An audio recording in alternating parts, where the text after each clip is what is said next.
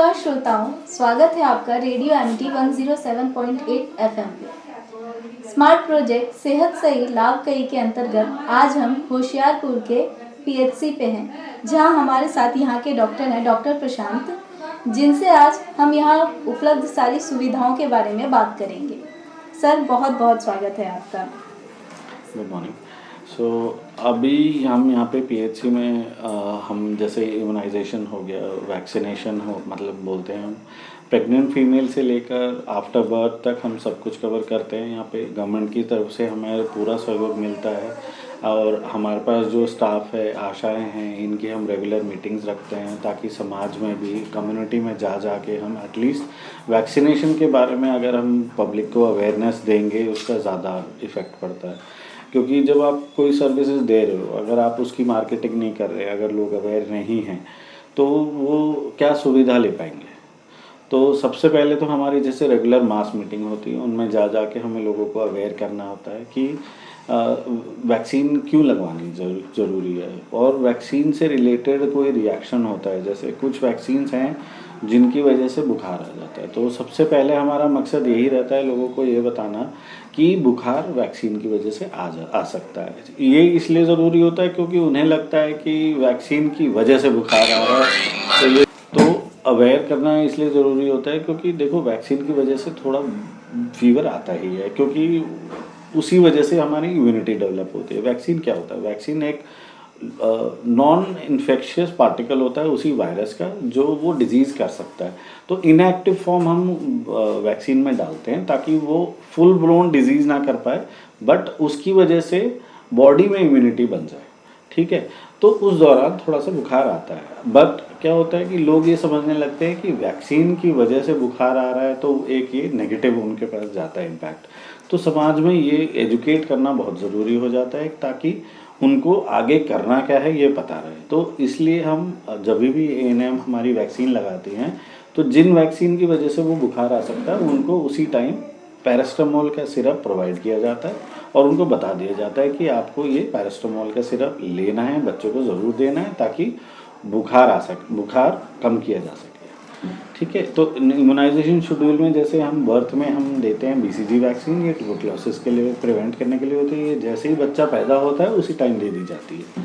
इसी के साथ हेपेटाइटिस की बर्थ डोज होती है, ये 15 दिन के अंदर लगनी चाहिए, बट एट द टाइम हम उसी टाइम अगर बच्चे को दे दें तो ये लाभदायक होती है।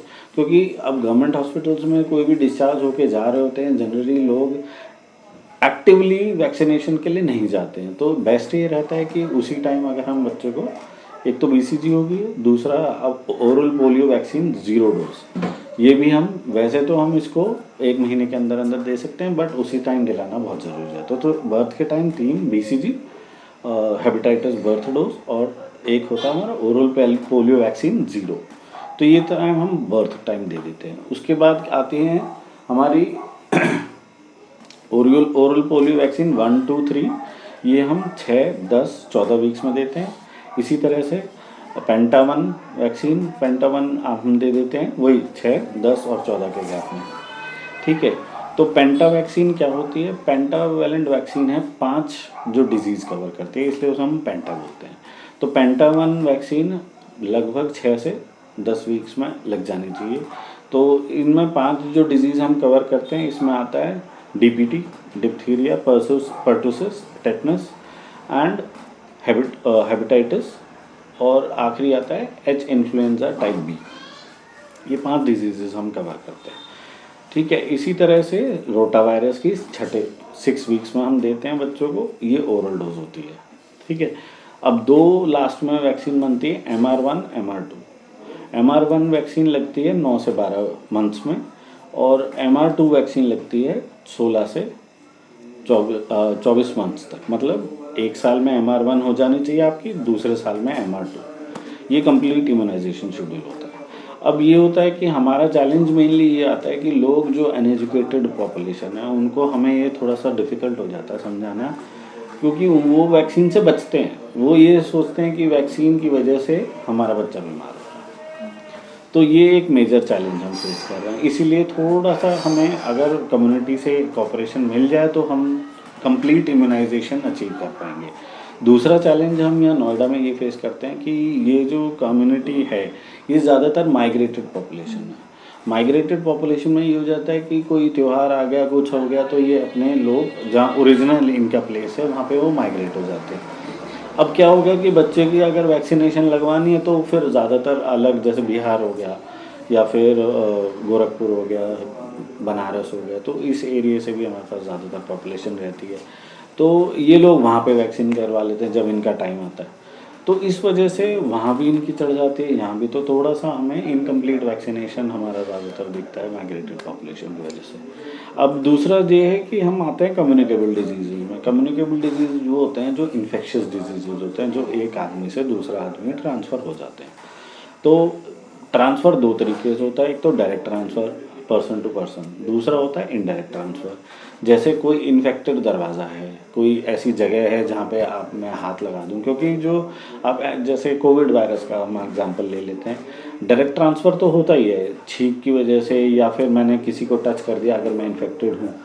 तो मेजर चैलेंज ये होता है कि एक डिजीज़ का इंक्यूबेशन पीरियड होता है।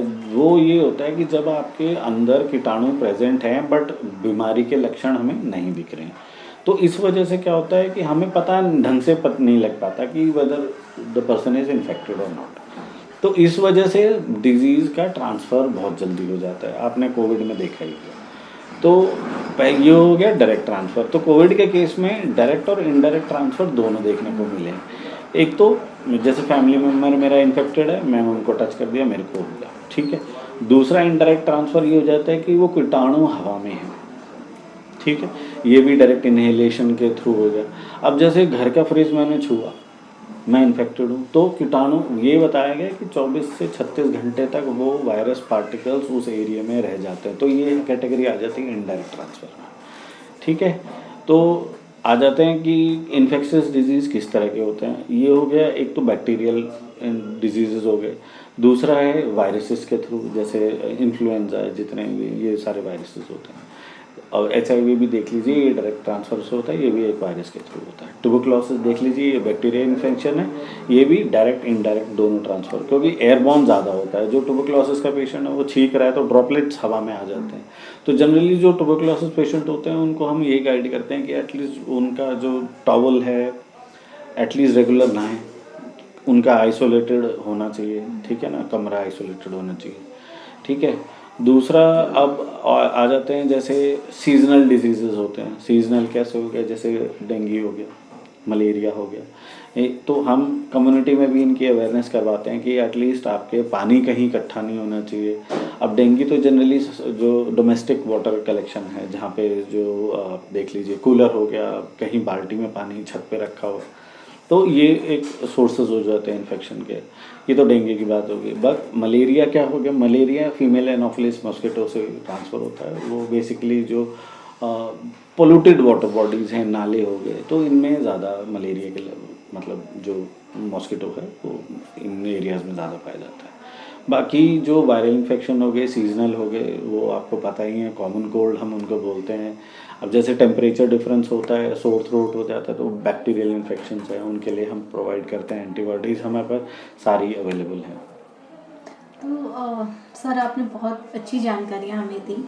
तो आप हमारे रेडियो एमिटी 107.8 के माध्यम से क्या कम्युनिटी को कहना चाहते हैं कि इम्यूनाइजेशन कैसे आके यहाँ पे सुविधा उठा सकते हैं और कैसे भ्रांतियों से बचें, इन सब चीज़ों के विषय में आप क्या कहना चाहते हैं? देखिए, अभी तो मैं ये कहना चाहता हूँ कि since pollution is a very big issue right now, and थोड़ा सर्दियाँ भी आ गई हैं, तो हमें थोड़ा सा प्रिकॉशंस लेके चलने पड़ेंगे। जैसे बड़े बूढ़े हैं और बच्चे हैं, ये पोल्यूशन से ज़्यादा इफ़ेक्ट कैटेगरीज हैं। हम लोग थोड़ा जवान हैं, हम थोड़ा सा इतना टॉलरेंस होता है हमारा, बट ये जो हमें स्पेशल ध्यान रखना है, ये जो ओल्ड एज कैटेगरी है और बच्चे हैं, ज़्यादा से ज़्यादा इन पॉल्यूशन एक्सपोजर ना लें, घर पे रहें। अगर आपके पास घर पे एयर प्यूरीफायर्स हैं बहुत अच्छी बात है, अगर नहीं हैं तो आप अपने नॉर्मल AC को भी फ़ैन मोड पे फ़िल्टर लगा के एयर प्यूरीफाई कर सकते हैं। अब जनरली जो ये पॉल्यूशन है ये क्या करता है, एलर्जिक बीमारियां करता है, या फिर इन पार्टिकल्स में अगर बैक्टीरियल पार्टिकल्स हैं तो सोर थ्रोट हो सकती है, गला खराब हो सकता है, इन्फेक्शन हो सकता है। तो इनके लिए भी हमारे पास एंटी एलर्जिक मेडिसिन प्रोवाइडेड हैं, एंटीबायोटिक्स सारी प्रोवाइडेड हैं। ज़्यादातर इस हमारे पास यही एलर्जी के, कफ कोल्ड एलर्जी के ज़्यादा पेशेंट्स आ रहे हैं पॉल्यूशन की वजह से। ठीक है सर, बहुत बहुत धन्यवाद आपका, आपने बहुत ज़रूरी जानकारियाँ हमें दी। इससे हमारे समाज में बहुत अच्छी अवेयरनेस फैलेगी। धन्यवाद।